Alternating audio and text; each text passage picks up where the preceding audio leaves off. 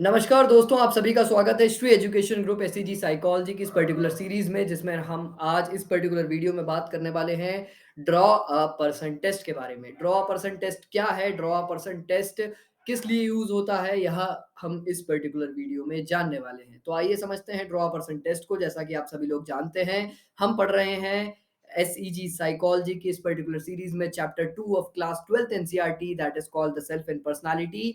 हम इस particular series में बात कर रहे हैं प्रोजेक्टिव टेक्निक्स के बारे में। प्रोजेक्टिव टेक्निक्स के अंदर हमने इसके पहले कुछ प्रोजेक्टिव टेक्निक्स कंप्लीट कर चुके हैं, जिसका नाम है sentence completion test, Rosenzweig picture frustration study, thematic appreciation test, Rorschach ink blot test, जैसे कई सारे टेस्ट। अब इस प्रोजेक्टिव टेक्निक्स में आज की वीडियो में आप जानेंगे इस प्रोजेक्टिव टेक्निक्स के लास्ट टॉपिक को, जिसका नाम है ड्रॉ अ पर्सन टेस्ट।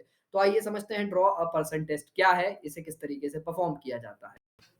तो दोस्तों, आप सभी जानते हैं कि ड्रॉ अ पर्सन टेस्ट के अंदर, जैसा कि नाम दर्शाता है, इसमें आपको दिया जाएगा एक पर्टिकुलर पेन और दूसरा दिया जाएगा आपको एक पेपर। आप वो पेन नहीं, सॉरी, पेंसिल की मदद से आपको एक इंसान की तस्वीर बनानी रहेगी। अब आप किसी भी तरीके के इंसान की कभी भी कैसी भी तस्वीर वहां पर बना सकते हैं। आपको उसकी चेहरे की एक इमेज बनानी पड़ेगी, आपको उसके गले की, उसके बॉडी को जो मिडल बॉडी पार्ट है उसकी और उसके लोअर बॉडी पार्ट्स की एक इमेज आपको बना के अपने साइकोलॉजिस्ट को देनी पड़ेगी। अब ये टेस्ट क्यों यूज होता है, ये टेस्ट किस तरीके से यूज होता है, इसका इंटरप्रिटेशन कैसे किया जाता है, आइए इस चीज को समझने की कोशिश करते हैं। तो बच्चों, जब आप अपने साइकोलॉजिस्ट को वह तस्वीर बना के देंगे, या फिर अगर आप एक साइकोलॉजिस्ट हैं और आपको अपना जो सब्जेक्ट है वह एक तस्वीर बना के देगा, तो आप उस पर्टिकुलर तस्वीर को एनालाइज करेंगे। किस तरीके से एनालाइज करेंगे कि उसका जो फेशियल कैरेक्टर्स हैं वो किस तरीके से बने हैं, उसका गर्दन, उसका जो गला है वह किस तरीके से बना है, उसके जो बॉडी पार्ट्स हैं वो किस तरीके से बने हैं। अब उस टेस्ट के कुछ पैमाने होते हैं, कुछ पैमानों के बेसिस पे उसको हम लोग एनालाइज करते हैं, जिसकी मदद से हम उसकी स्कोरिंग करते हैं। अब जब स्कोरिंग आप करते हैं तो उसकी मदद से आप उसकी स्कोरिंग के थ्रू आप पता लगा सकते हैं कि इंसान ने जो तस्वीर बनाई है उसकी आखिर पर्सनालिटी कैसी है, क्योंकि हम लोग प्रोजेक्टिव टेक्निक्स का यूज करते हैं इंसान की पर्सनालिटी को एनालाइज करने के लिए। तो इस पर्टिकुलर टेस्ट से हम उसकी पर्सनालिटी को एनालाइज कर पाएंगे। अब कैसे करते हैं, आइए समझते हैं। सबसे पहले यहाँ पर देख लेते हैं एनसीईआरटी क्या कहती है। It is a simple test in which a subject is asked to draw a person on a sheet of paper. A pencil and eraser is provided to facilitate a drawing. After the completion of the drawing, the subject is generally asked to draw the figure of the opposite sex person. आपको जो आपका subject रहेगा, आपको उससे पूछना पड़ेगा कि बोलना पड़ेगा, आपको उसको ऑर्डर देना पड़ेगा कि you have to draw the opposite sex person. For example, अगर लड़का है तो उससे बोलना पड़ेगा कि एक लड़की की तस्वीर बनाए, अगर लड़की है तो उसको बोलना पड़ेगा कि एक लड़के की तस्वीर बनाए। अब जब जब एक इंसान ने अपने अपोजिट सेक्स की तस्वीर वहां पर बना दी, उसने अपनी उस पर्टिकुलर पर्सन की इमेज बना दी, तो उसको उसके बारे में एक स्टोरी टेलिंग करने को कहा जाता है। उसको बोला जाता है कि भाई, आपने जो यह तस्वीर बनाई है इसके ऊपर एक छोटी सी कहानी आप बिल्ड करके बताइए हमें। अब जब वो कहानी बिल्ड करता है, और मतलब कहानी इस तरीके से होनी चाहिए कि story about a person as if he और she is a character in a novel और अ प्ले। वो एक नॉवल में है या फिर प्ले में, खुद ही वो एक कैरेक्टर है, वो जो पर्सन उसने बनाया है वो खुद है और वो एक नॉवल में है। फॉर एग्जांपल, वो टू स्टेट्स नाम की नॉवल में है, तो अगर वो उस नॉवल में यह पर्सन होता तो वो कौन सा पर्सन होता?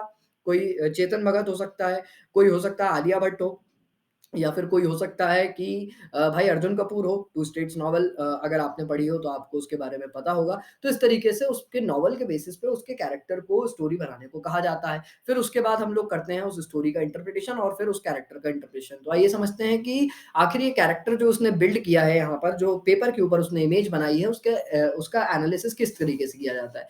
तो भाई साहब, अगर उस पर्सन की जो इमेज उसने बनाई है, अगर वो बेसिकली ओमिशन वाले फेस के साथ, अब देखो मैं एग्जांपल आपको लाइव दिखा देता हूँ। ये एक चेहरा है, ये एक इंसान की गर्दन है, ये एक इंसान की बॉडी है।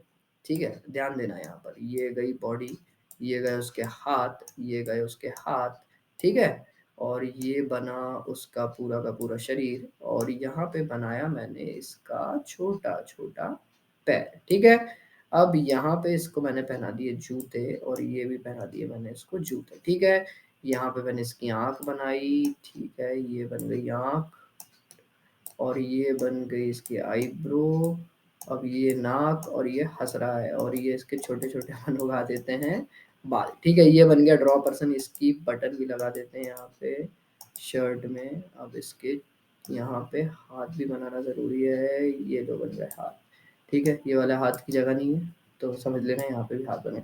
अब देखो, यहाँ पर समझने की कोशिश करो। Omission of a facial feature suggest that a person tries to avoid a highly conflict ridden interpret highly contract, मतलब बेसिकली अगर उसने इस पर्टिकुलर इमेज में फेशियल फीचर जो हैं, फेशियल फीचर को उसने इवेट कर दिया है, तो ऐसा माना जाता है कि इंसान highly conflict ridden interpersonal relationship में इस समय फंसा हुआ है। अब देखो यहाँ पर आपने अगर ये फेशियल फीचर है, omission of the facial feature, अगर वो फेशियल फीचर नहीं दिए, फॉर एग्जांपल अगर ये आंख है तो इसमें आंख के अंदर अगर आपने फिनिशिंग नहीं दी है, आपने आईब्रो नहीं बनाई है, बाल नहीं बनाए हैं, देखो कान नहीं बने हैं, अगर तो इस तरीके की अगर फेशियल फीचर उसने डिस्टर्ब फेशियल फीचर दिए हुए हैं, इसका मतलब क्या है? इसका मतलब है कि a person try to avoid a highly conflict, avoid मतलब भागना, एवेड मतलब होता है भागना, भाग रहा है किसी चीज से। किससे भाग रहा है?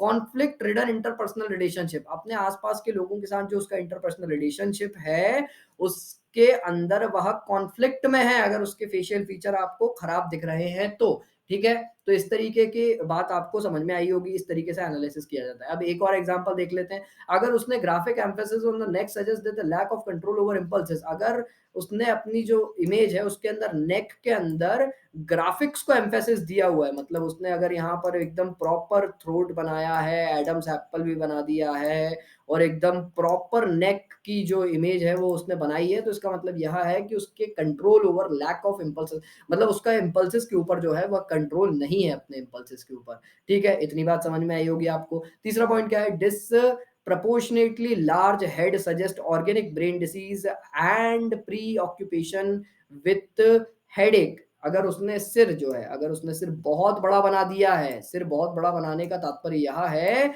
कि जो इंसान है उसको किसी तरीके का ऑर्गेनिक ब्रेन डिसीज है और उसको एक रेगुलर हेड एक जैसी प्रॉब्लम डिसीज का भी सामना करना पड़ता है। ये एक जनरल बात मैंने बताई है, जनरली इस तरीके से एनालिसिस किया जाता है। इसके बहुत सारे पैमाने होते हैं, जब आप इस टेस्ट को प्रैक्टिकली परफॉर्म करेंगे अपने लैब में तब आपको और चीजें समझ में आएंगी। ठीक है, आइए देखते हैं आगे क्या लिखा हुआ है इस पर्टिकुलर टॉपिक को। तो यहाँ पर आपका ड्रॉ पर्सन टेस्ट खत्म होता है। अब यहाँ पर साइको एनालिसिस जो साइकोमेट्रिक टेस्टिंग है उसके बारे में कुछ बातें आइए उसको समझते हैं। the analysis of the personality with the help of the projected techniques appear fairly interesting. It helps us to understand unconscious motives, deep rooted conflicts, and emotional complexes of an individual. However, the interpretation and of the responses requires sophisticated skill and specialized training.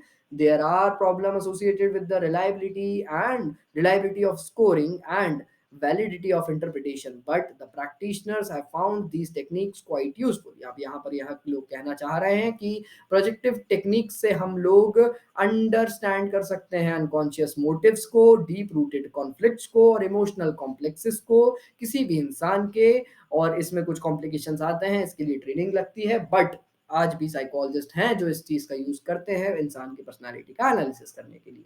तो जी, इस particular video में आपने draw person test जाना। हम लोग इस series में जानते हुए आ रहे हैं असेसमेंट ऑफ पर्सनालिटी को। असेसमेंट ऑफ पर्सनालिटी के अंदर साइकोमेट्रिक टेस्ट के बारे में आपने क्लास 11th में पढ़ा था।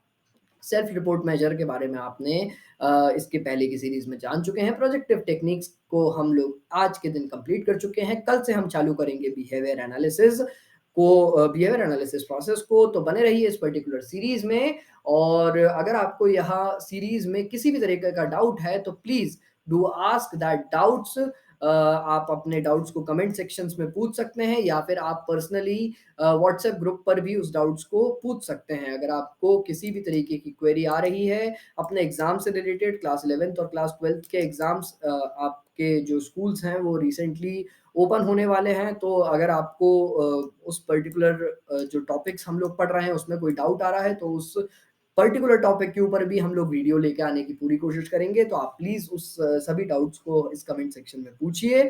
और अगर आपको यह सीरीज अच्छी लग रही है तो प्लीज इसे लाइक करिए, सब्सक्राइब करिए, शेयर करिए और ज्यादा से ज्यादा फैलाइए, इसको वहां तक पहुंचाइए जहां तक इस पर्टिकुलर सीरीज की जिस इंसान को जरूरत है। And please do support this initiative by Shri education group. I am Dhananjay Pandey, your own dost, your own host, your own teacher, your own bhaiya, जो भी आपको कहना है। And we will meet in the next video. Thank you so much for patiently listening and patiently understanding this particular topic. अगले video में हम जानेंगे behaviour analysis को, and will see you in the next video. Bye bye, thank you so much.